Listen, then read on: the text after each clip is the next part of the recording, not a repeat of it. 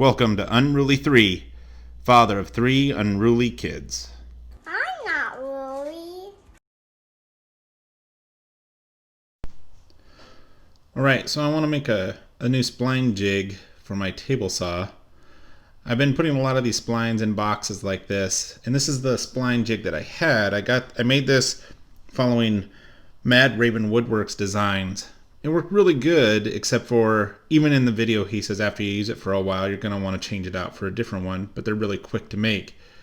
The one I made, it was a little bit wobbly side to side, so I decided to, and also once you use it a little bit, you can get a lot of chip out once you have a lot of their stuff there. So how you use it is you put it like this, you can run it through, and then you just rotate the piece back and forth. But I saw Kings Fine Woodworking did an amazing one, and so I'm going to go ahead and try to make this one. So here it is when it's all done. All I have to do is cut the slot in it. But it works pretty cool because I can move these things back and forth. These are the braces for it, and I can move my piece anywhere I want to on it. He does a much better job explaining how to make this, so if you want, you can go over to Kings Fine Woodworking and check this out. But I thought this would be much, much better than what I had before. Here I go, doing the final cut. And there's going to be where my splines can go. They're always going to be in the same spot. The only thing that's going to be moving is the brace back and forth. So here's how I did it. First, I got to set my table saw to, I like the glare on there so you can't see anything, but I want it to be exactly 45 degrees. Put this at 8 inches. Make sure my blade isn't too high. And I'm going to cut this at a 45 here. Now I got to go ahead, go back and put my blade back at 90.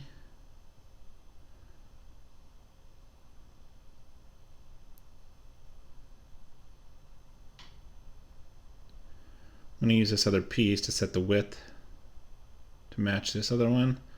Lower my blade down so just the grooves are above it, and cut this one at 90 degrees.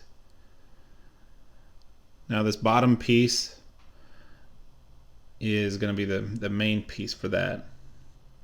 And I need some strips, so I'm going to go ahead and cut these strips here while I got the table saw going. And that should be plenty. Over on the miter saw, I cut these at 45 degrees, and some of these just have these big gaps in them, so I took those out and got rid of them, and I got 4 good pieces. Then over to the router. I love this router table, by the way. It's an extension on my table saw. I can raise and lower it right from here. This is the first time I ever had one of these. So I'm using these T-tracks from Rockler. You see I got a little piece in there that I'm going to be using later on.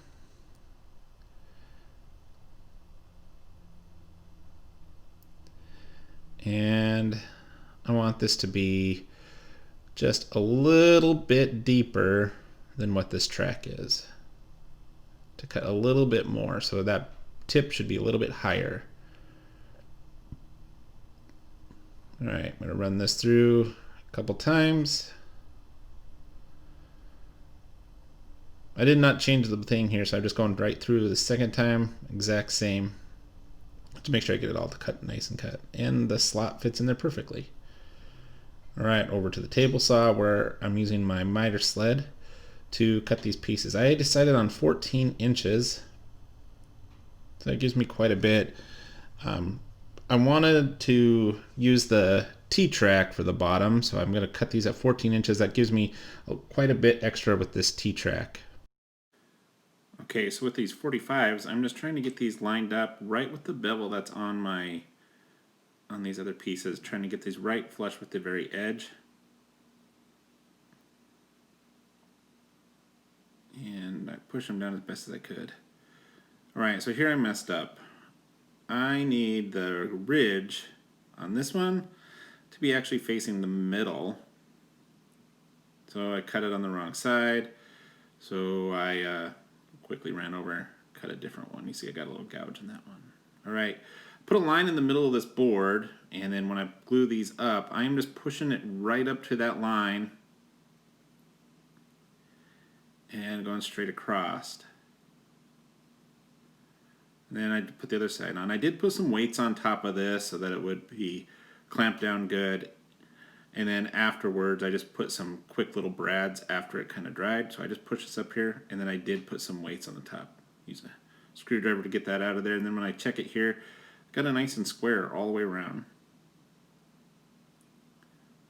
Cut this T-track. So I do take these extra pieces of T-track then. So I had the one in the container before, plus this little bit that just falls on the floor right there, and I'm going to use that as the bottom sliders for my sled. Put a little bit of super glue on here, and I'm using the fence so I can line it up right against the side.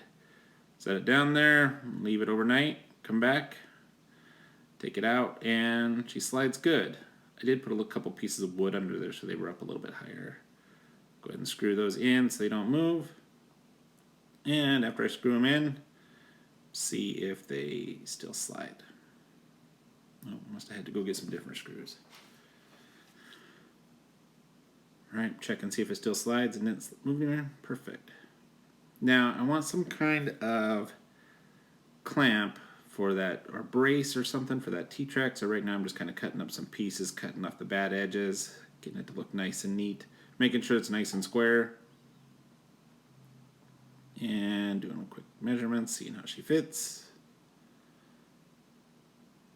Yeah, something like that. Sand it up, get rid of all the burrs. Alright, everything slides around good. Alright, here's the pieces that I kind of got together. Let's see how they fit.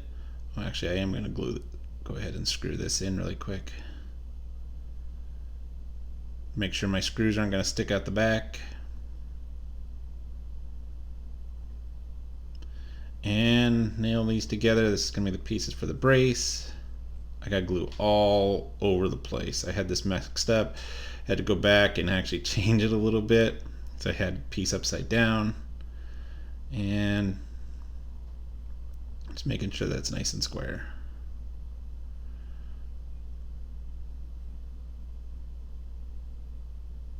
And it turned out good. Took it over to my, oh, here's the final piece. And I'm really happy with it. It's a lot different than the other one I had before. I don't see any reason why I'm going to have to change this one out unless I wanted something bigger.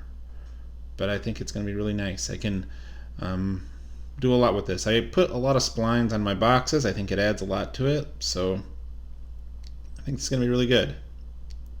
I love that you can move this back and forth and get the adjustments good. Alright, thanks for watching.